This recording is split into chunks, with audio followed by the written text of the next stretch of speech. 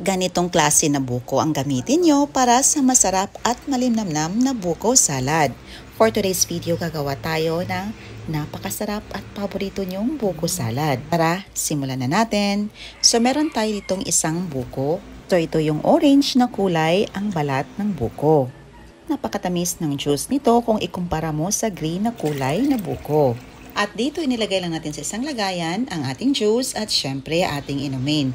Napakasarap, napakatamis at napakasustansya po nito mga mamis. At ito na ang laman ng ating buko. Kinudkod na natin or grenade. At before natin kudkurin, nagpapainit muna tayo ng tubig sa ating pot. Magluluto lang tayo dito ng sago.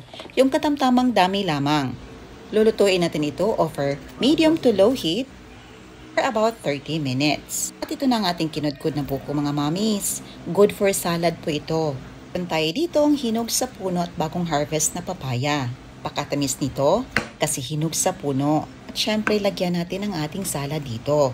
Dito binabalatan lang natin at ating slice ng pa-cubes. And after 30 minutes, ito na ang ating sago na luto na.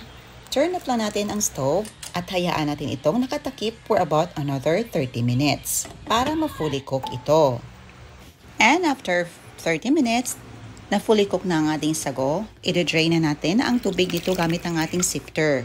Ito na po ang ating kinudkod na buko mga mamis.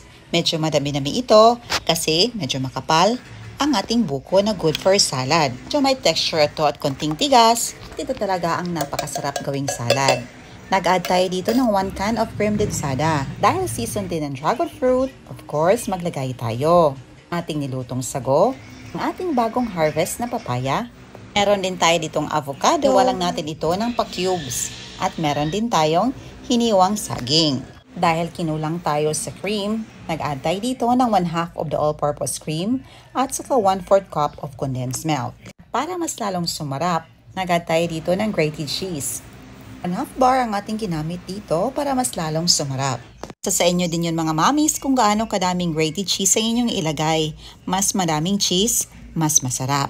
I-mix lang natin ito hanggang sa ma-fully combine ang lahat ng mga ingredients. At ito na po mga mamis, ang ating napakasarap na cheesy buko halo salad. Kainan na! Best itong ilagay sa loob ng refrigerator for about 8 hours para mag-set. Yan lang po. Salamat sa panonood.